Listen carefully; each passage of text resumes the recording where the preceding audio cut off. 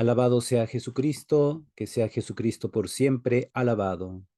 Bienvenidos a un día más en que comentamos la palabra de Dios, sobre todo el texto del Evangelio Dominical, que en esta ocasión corresponde a Marcos 1, versículos 29 al 39, que le he titulado Y Jesús curó a muchos enfermos. El texto tiene como parte central la sanación de la suegra de Pedro. Vamos a tratar de entrar en la esencia de este texto para ver qué nos está comunicando Marcos a través de este pasaje y que viene complementado con algunos sumarios de actividades de Jesús que nos permite comprender la esencia de su evangelización o de su mensaje evangelizador en torno al tema del reino de Dios. Este texto corresponde al Evangelio del domingo quinto del tiempo ordinario, ciclo B, que es el que estamos celebrando en este año 2024 y que corresponde a este 4 de febrero. Comenzamos poniéndonos en la presencia de Dios para invocar al Espíritu Santo y que nos ayude a profundizar, comprender y vivir la palabra de Dios. En el nombre del Padre y del Hijo y del Espíritu Santo. Amén. Ven, Espíritu Santo, llena los corazones de tus fieles y enciende en ellos el fuego de tu amor. Envía, Señor, tu Espíritu, y todo será creado, y se renovará la faz de la tierra. Oh Dios, que has instruido a los corazones de los fieles con la luz del Espíritu Santo, concédenos, según el mismo Espíritu, conocer las cosas rectas y gozar siempre de sus divinos consuelos. Por Jesucristo nuestro Señor. Amén. Santa María, sede de la sabiduría, ruega por nosotros, en el nombre del Padre, y del Hijo, y del Espíritu Santo. Amén. Pasamos entonces a la lectura del texto que nos propone la liturgia para este domingo, tomado de Marcos, capítulo 1, versículos 29 al 39. En aquel tiempo, al salir Jesús de la sinagoga, fue con Santiago y Juan a casa de Simón y Andrés. La suegra de Simón estaba en cama, con fiebre, y enseguida le avisaron a Jesús. Él se le acercó y tomándola de la mano, la levantó. En ese momento se le quitó la fiebre y se puso a servirles. Al atardecer, cuando el sol se ponía, le llevaron a todos los enfermos y poseídos del demonio, y todo el pueblo se apiñó junto a la puerta. Curó a muchos enfermos de diversos males y expulsó a muchos demonios, pero no dejó que los demonios hablaran porque sabían quién era él. De madrugada, cuando todavía estaba muy oscuro, Jesús se levantó, salió y se fue a un lugar solitario, donde se puso a orar. Simón y sus compañeros lo fueron a buscar y al encontrarlo le dijeron, todos te andan buscando. Él les dijo, vamos a los pueblos cercanos para predicar también allá el Evangelio, pues para eso he venido. Y recorrió toda Galilea, predicando en las sinagogas y expulsando a los demonios. Palabra del Señor. Gloria a ti, Señor Jesús. Bien, pues es un texto muy bonito, un texto que introduce la actividad de Jesús en Galilea al comienzo de su vida ministerial.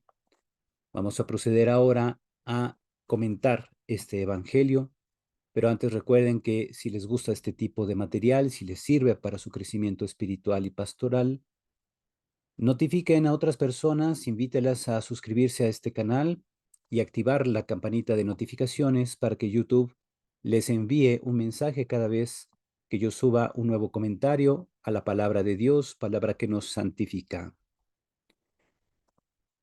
Comienzo comentando algunos elementos contextuales. Primero, una contextualización de carácter literario. ¿Ante qué tipo de texto estamos? Estamos ante un relato de sanación, pero también hay pequeños sumarios de actividades que van explicándonos en pocas palabras todo el tipo de actividades que realizaba Jesús en Galilea.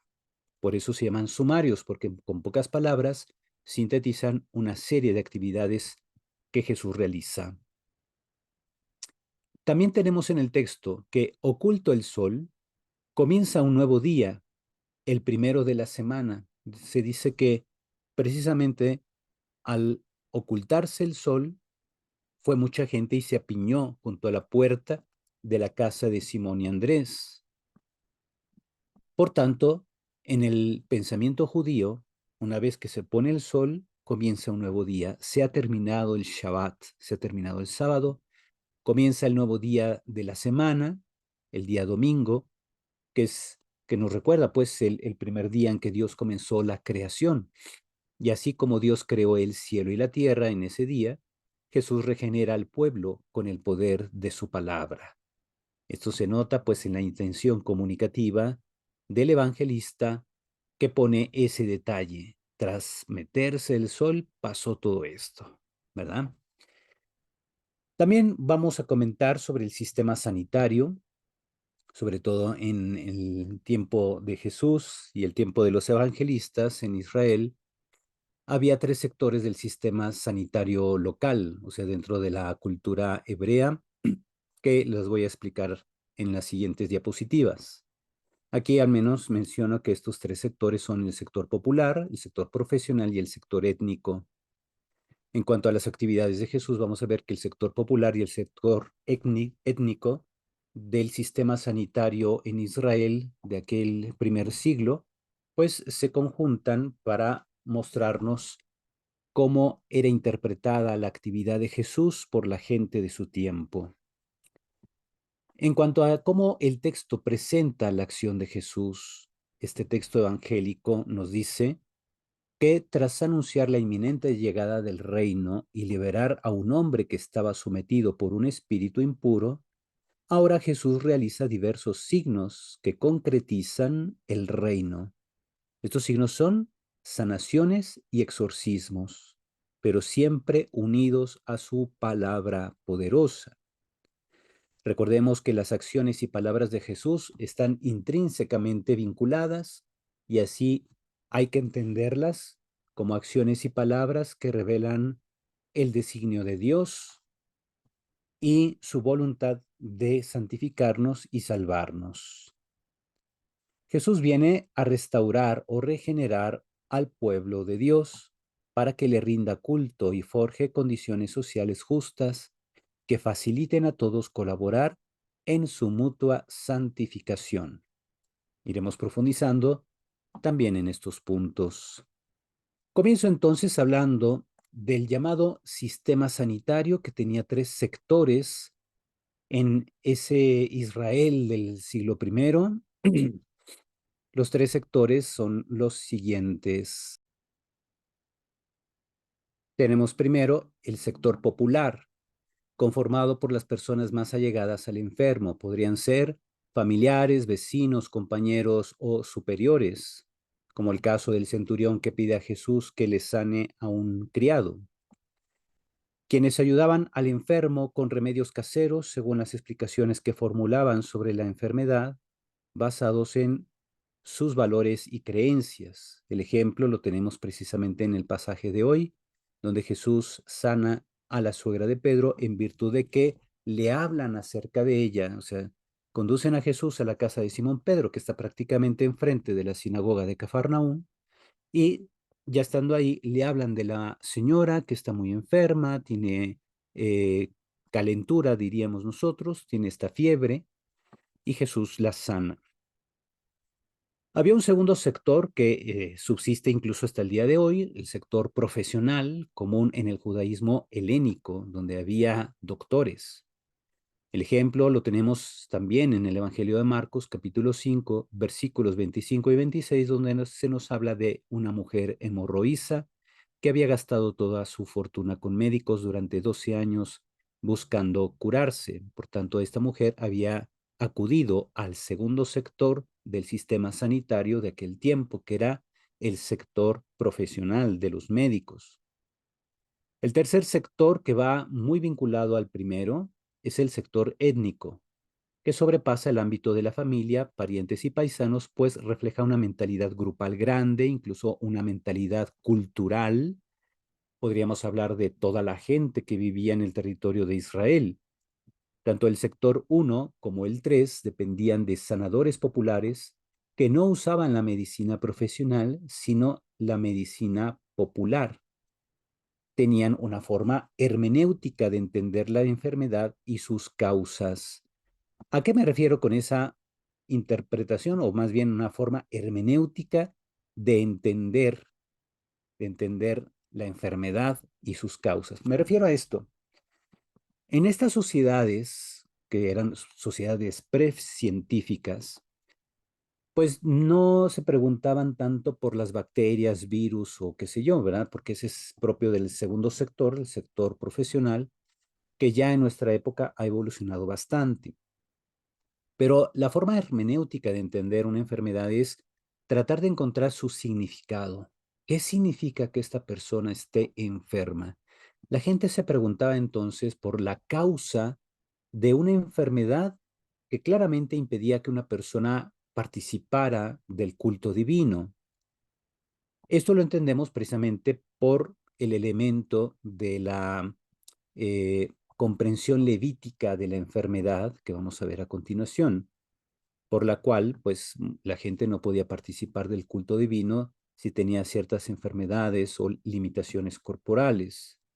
Entonces se decía, bueno, la causa puede ser el pecado, puede ser el demonio, porque le impide participar del culto divino, y así por eso es necesario hacer algunas aclaraciones. Pongo aquí unas notas sobre los sanadores populares y después sobre la interpretación levítica de la enfermedad, para entender el contexto donde Jesús realiza los signos que hoy nos comenta el Evangelio.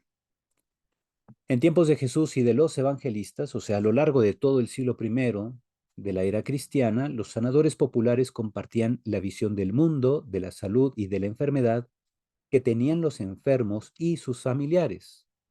Además, veían los síntomas de los enfermos como elementos de un síndrome y trataban a sus pacientes en público, nunca a escondidas. Por lo general, los sanadores eran más cercanos a la situación social del enfermo que los sanadores profesionales. O sea, los médicos como que eran, precisamente por su tipo de trabajo, eran como más cautos, atendían a las personas en forma privada, no en público, empleaban sus conocimientos médicos y evitaban una interpretación cultural de una enfermedad. Y entonces los sanadores populares, al ser más cercanos a la situación social de los enfermos y sus familias, se ganaban el respeto de parte de la gente, porque la gente los sentía más cercanos a ellos.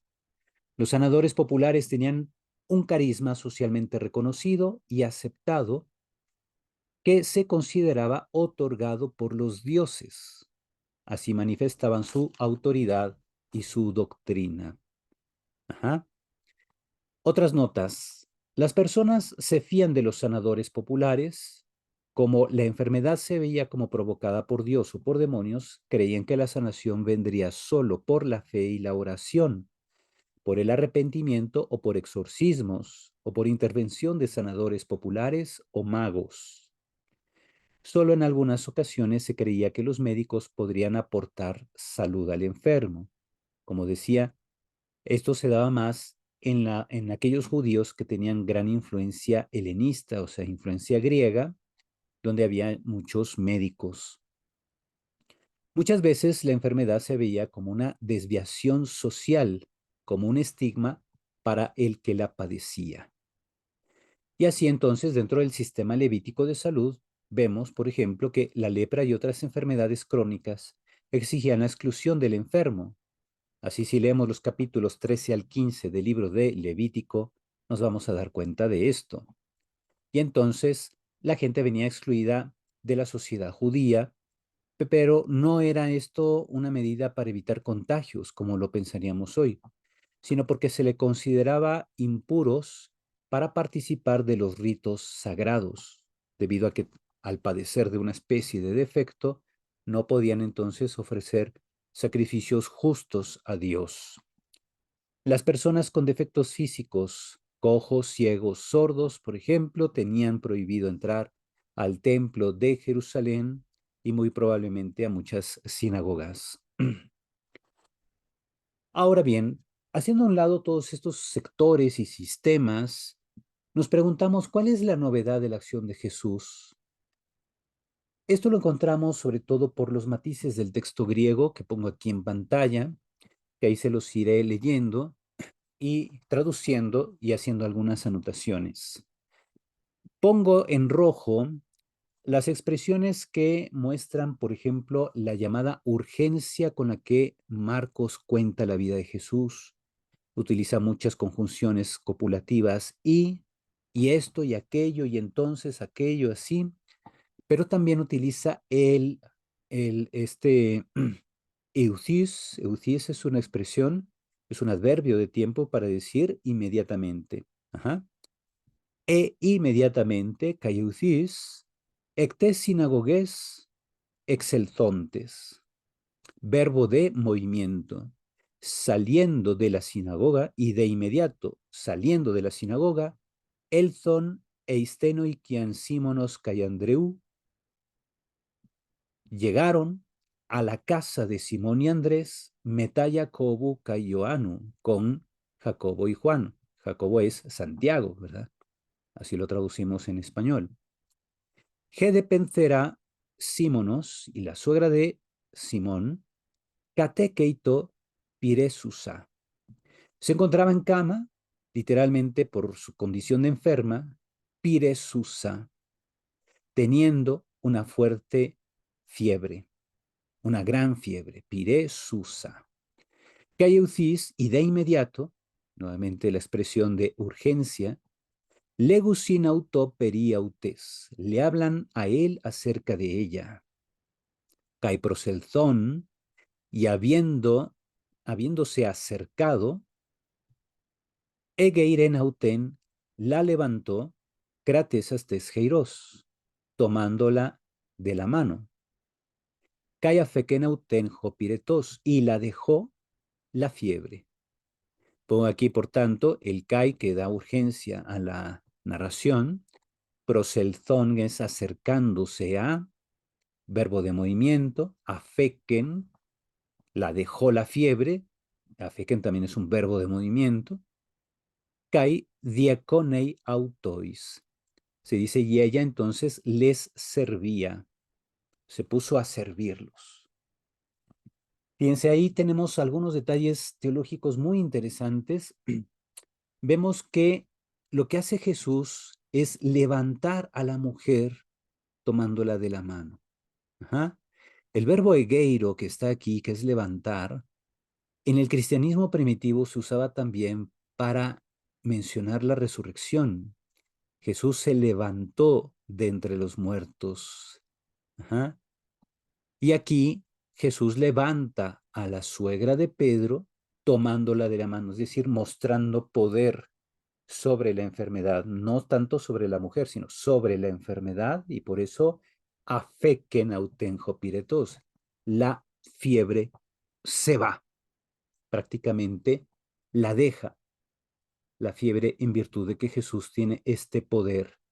El verbo aquí, cratesas, que aparece en el versículo 31, significa habiéndola tomado o habiéndola agarrado, pero vemos que cratesas también tiene una cierta relación con kratos, que significa poder. Ajá. Aquí, por ejemplo, Max Servik, en el análisis gramatical del Nuevo Testamento, hace un breve comentario al respecto.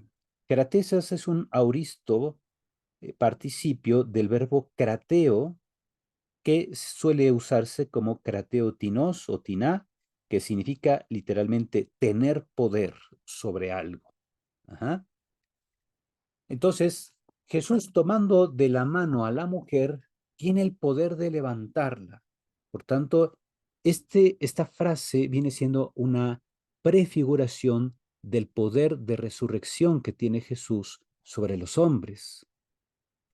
Y aquí la fiebre, piretos, se parece mucho a la palabra pir, que es fuego, hace pensar, pues, análogamente, digamos, en el poder del infierno, ¿verdad? En la condenación. Entonces Jesús es capaz de levantarnos de nuestra condición pecaminosa, que sin la acción de Jesús, pues nos conduciría al fuego, literalmente. Es lo que está detrás de la elección de estas palabras que encontramos en Marcos.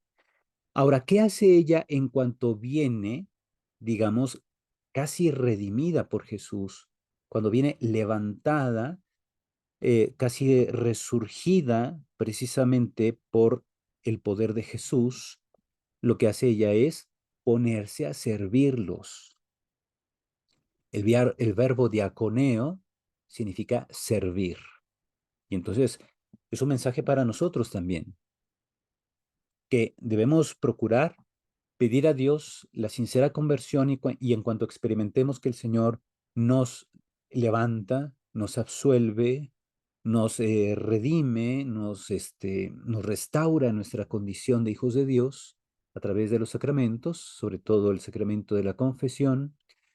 ¿Qué es lo que debemos hacer? Servir. Inmediatamente ponerse a servir a Dios y a los demás, como lo hace la suegra de Pedro. Siguientes versículos. Opsias de Genomenes, jote edi ho helios, eferon prosauton panta tus cacos ejontas caitus daimonizomenus. ¿Cómo podemos entender este pasaje? Entonces dice, habiéndose hecho tarde, opsias de Genomenes, y luego viene este comentario, jote edi ho helios. Cuando se puso el sol, por tanto, indica el inicio de un nuevo día. Se ha dejado atrás el Shabbat, por tanto, la gente ya puede salir de sus casas. Eferon prosautón, trajeron a él pantas tus cacos sejuntas, todos aquellos que tenían malestares, caitus daimonizomenus, y los endemoniados. Cai, y en Jole, Jepolis y toda la ciudad, o toda la gente, pues, episinegmene, ¿qué significa eso? El verbo episinago significa reunirse. Aquí prácticamente se agolpan, episinigmene prosten ciran, junto a la puerta de la casa. Kai perdón, y sanó polus a muchos cacosejontas que tenían muchos malestares, poikilais nosois, de diversas enfermedades, caidaimonia pola exevalen, y expulsó muchos demonios. Cayuk efien la leinta daimonia, no dejaba hablar a los demonios, joti edeisan auton, porque sabían quién era él. Lo conocían literalmente, edeisan, de, es un verbo que tiene aquí el significado de que habían sabido quién era Jesús. ¿Se acuerdan del pasaje que vimos hace 8 días? El demonio de la sinagoga de Cafarnaum le dice, oida setisei, yo sé quién eres, el santo de Dios. Y entonces aquí también los demonios saben quién es Jesús y él les impide hablar. ¿Por qué? Porque Jesús quiere que la gente llegue a saber quién es él solo a través de su seguimiento, prácticamente un seguimiento que llegará hasta la cruz. Reconocer a Jesús como hijo de Dios antes de tiempo es muy peligroso porque fácilmente nos podemos desviar de la recta fe. Por eso en el texto, San Marcos utiliza una estrategia que se llama anagnórisis, que es el lento desvelar la identidad de Jesús para que el discípulo lector del Evangelio no apresure los pasos de la fe, sino que vaya llevando un proceso catequético para la comprensión de quién es Jesús y así entonces comprometer su vida con el reino.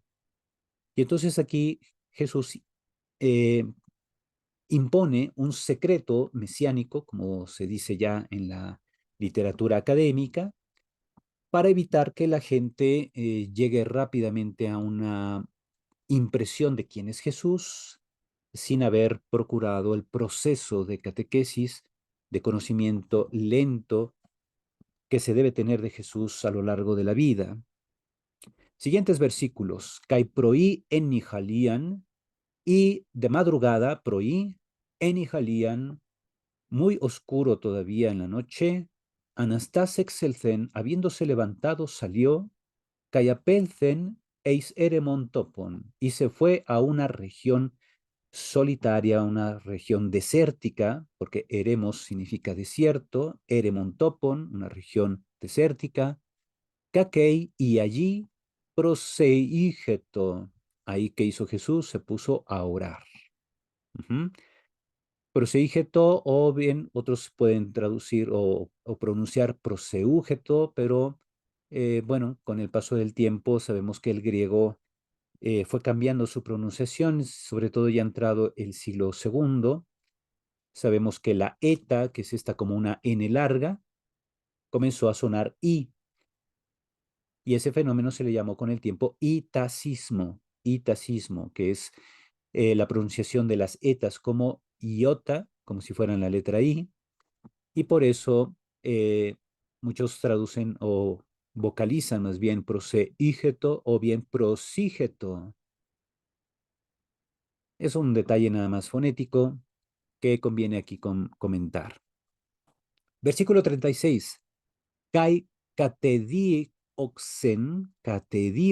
auton Simon, y aquí dice, lo buscó, o habiéndolo buscado Simón, kai hoi metautú, y los que estaban con él, kai heuron auton, y lo encontró, kai legusin auto, y le dijo, jotipantes, se tu sin se. Este joti tiene una función de 2 puntos para comenzar un discurso directo, es decir, algo que va entre comillas. Pantes tu sin se, todos te buscan. Kailegei autois, y dice a ellos, agomen alahu, vámonos a otra parte, eistas ejomenas como poleis. Vamos a otras partes, a otra parte, estas ejomenas, a las vecinas, como poleis. ¿Qué es como poleis? Como poleis es un término intermedio entre la come, que es la aldea, y la polis, que es la ciudad. Como poleis, por tanto, vendría siendo ciudades de término o de tamaño medio, que están entre una aldea y una ciudad grande. Por tanto, deben ser aldeas que tienen un mercado al menos. Quizá Jesús ya estaba pensando en desayunar y dijo, nos conviene llegar a un mercadito para que desayunemos juntos. Por eso vamos a una como poleis. Si llegaran a una come, a una aldea, pues quizá sería muy difícil que alguien les dé de desayunar, ¿no? Este es un detalle curioso, cómo Marcos elige el término como poleis, que es un término muy extraño en su evangelio. Aquí tiene pues esa connotación, ¿verdad? A Jesús le interesaba entonces, como era muy temprano, ir a predicar a un lugar donde pues también pudieran recibir ciertas ayudas, como poder desayunar, por ejemplo, aunque no lo diga abiertamente el texto, pero se puede pensar que la elección del término como poleis puede ir en esa dirección. Luego dice, Hina kai ekei kerixo, para que allí también yo pueda predicar o anunciar que pues el reino. Eistut hogar exelton, pues para esto he salido, literalmente he salido, no se refiere tanto al salir de Cafarnaún, sino he salido del Padre. He venido del Padre para esto, para anunciar la buena nueva, sobre todo a los lugares, pues más o menos concurridos, que están tan necesitados de Dios. La parte final del texto, Kayelzen Kerison, y vino predicando estas sinagogas autón, a las sinagogas de ellos. Este autón es interesante porque marca una distancia entre los cristianos lectores del Evangelio y los judíos en general. Por eso dice las sinagogas de ellos, eisholen ten Galilaían, en toda la Galilea, caitada imonia ekbalon, y expulsando a los demonios. Bien, hasta aquí entonces estos matices, ¿qué nos muestran entonces de la actividad de Jesús en contraposición con la forma de los sectores de lo que decíamos era el sistema sanitario de la antigüedad y el sistema levítico? Esto lo vamos a ver en estas orientaciones para la vida, porque vemos primero que Jesús siempre está en movimiento, de ahí los verbos de movimiento son súper importantes en el Evangelio de Marcos, y anuncia un reino que se hace presente por medio de acciones que integran a la alabanza y al culto a las personas marginadas por su condición física o moral. Si bien Jesús es inclusivo, como tanto se habla de la inclusividad hoy en día, exige, no obstante, la conversión y la actitud de abandonarse a Dios. Por tanto, esa es la fe, el abandonarse a Dios. No hay misericordia sin justicia. Esto es muy importante, lo comento porque hay mucha gente que hoy en día dice, pues Dios es bueno y a todos nos va a salvar y no importa cómo vivas, cómo te portes, Dios es misericordioso y todo el mundo se puede salvar. Ojo, mucho ojo, no olviden que como vimos hace 8 días, Jesús cuando comienza su predicación, ¿qué dice? Arrepiéntanse y crean en el Evangelio. Y para creer en el Evangelio se requiere primero cambiar de mentalidad. El verbo metanoeo, acuérdense que es cambiar de mentalidad para poder proceder entonces al arrepentimiento moral. Si no tienes la mentalidad de los criterios del Evangelio, no vas a darte cuenta siquiera que vives en el pecado. Ajá. Jesús lo que quiere es que la gente se salve, pero para salvarse el hombre también tiene que poner de su parte. Tiene que arrepentirse, dejar atrás la vida del hombre viejo, como dice San Pablo, y asumir la vida del hombre nuevo en Cristo, del hombre que se deja bautizar por Dios, para llevar una vida según Dios. Por eso la conversión es necesaria, y esa es la expresión de la justicia divina. Dios no nos impone la salvación, Dios no nos impone su misericordia. Él muestra su misericordia precisamente dándonos a su Hijo Jesús, el cual nos llama a la conversión para poder así recibir el reino. Por eso digo, no hay misericordia sin justicia. Mucho ojo, porque hoy en día se está divulgando por todos lados esta errónea idea de la fe. No hay misericordia sin justicia. Dios no nos impone la salvación. Dios nos ofrece la salvación en su Hijo Jesús, pero nos pide, nos exige la conversión. Por eso pongo, la conversión es necesaria si se desea vivir en la justicia de Dios. En cuanto a nuestra condición bautismal, por nuestro bautismo estamos injertados en Cristo, según San Pablo en Romanos 6:5, por lo que nuestra vida es una misión y debe estar unida a la de Cristo, a la misión de Cristo. ¿A qué vino Cristo al mundo? Vino a asociarnos a la vida divina, a darnos la vida eterna, la cual exige previamente el proceso de conversión. Él vino no solo a restaurar la dignidad humana, sino a santificarnos y hacernos hijos adoptivos de su Padre. La filiación plena es nuestra vocación última. Estamos llamados a ser hijos de Dios en plenitud. Ya cuando estemos con Él en la vida eterna, primero Dios, seremos entonces hijos en plenitud. Santificar al mundo es nuestra prioridad como bautizados. No basta forjar una sociedad justa, sino santa. No basta defender los derechos humanos, sino procurar la salvación de todos en Cristo. Por eso, fíjense, esto es muy importante porque con la idea de que uno de los derechos humanos es, por ejemplo, el derecho a la libertad de culto y que cada quien puede actuar y creer lo que quiera según su conciencia. No obstante, la Iglesia tiene la obligación de evangelizar a todas las naciones, porque Cristo dijo, vayan, bauticen a todas las naciones, háganlas mis discípulos y enséñeles todo cuanto yo les he enseñado. Entonces, aunque respetemos la libertad de culto de cada persona, no podemos renunciar a anunciar el Evangelio. No podemos renunciar al mandato imperativo que Cristo nos dio de anunciar su Evangelio a todas las naciones, bautizando gente de todos lados, haciéndolas discípulos de Cristo para que vivan en la verdad de Dios, que es Jesucristo. Él es la verdad de Dios. Así vemos entonces que Jesús no se deja circunscribir por los sectores del llamado sistema sanitario antiguo, porque Él no solo viene a sanar, Él viene a santificar al pueblo, lo viene a regenerar como Dios creó todas las cosas el primer día de la semana, o que empezó pues su creación el primer día de la semana, Jesús también comienza la restauración del pueblo de Dios el primer día de la semana, porque ha terminado el Shabbat, día en que Jesús había liberado a un hombre de un demonio en la sinagoga de Cafarnaúm.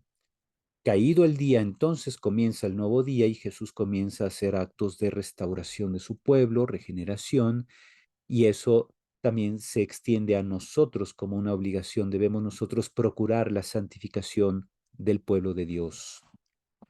Con esto concluimos, hacemos nuestra oración final. Señor Jesús, que haces presente tu reino mediante acciones que liberan a la humanidad de todas las ataduras que le impiden adorar al Dios uno y trino, te pedimos humildemente que nos concedas una sincera y constante conversión, de modo que podamos servirte con integridad, alegría y fe pura. Protégenos de las ideologías del mundo que solo socavan la fe y siembran confusión. Haz de nosotros colaboradores de la verdad de tu Evangelio, para gloria de Dios y salvación de todos los hombres. Te lo pedimos a ti que vives y reinas con el Padre y el Espíritu Santo, y eres Dios por los siglos de los siglos. Amén. Pues bien, así hemos concluido el comentario al Evangelio de este domingo. Espero que este video les pueda servir. Si les toca preparar una homilía, si les toca también comentar en grupo este Evangelio, pues ya tienen más elementos que les ayuda a discernir precisamente la esencia del contenido de este mensaje salvífico que nos presenta San Marcos. Nuevamente les digo, si les gusta este tipo de contenido, divúlguenlo, inviten a más personas a contactos suyos para que se suscriban a este canal, activen la campanita de notificaciones y puedan recibir un aviso de parte de YouTube cada vez que yo suba un nuevo video. El Señor esté con ustedes. La bendición de Dios Todopoderoso, Padre, Hijo y Espíritu Santo, descienda sobre ustedes y permanezca para siempre. Amén. Pues que tengan un feliz fin de semana, un feliz domingo, que vivan con intensidad su dedicación a la santidad que Dios nos ofrece en su Hijo Jesús. Hasta pronto. Dios los bendice.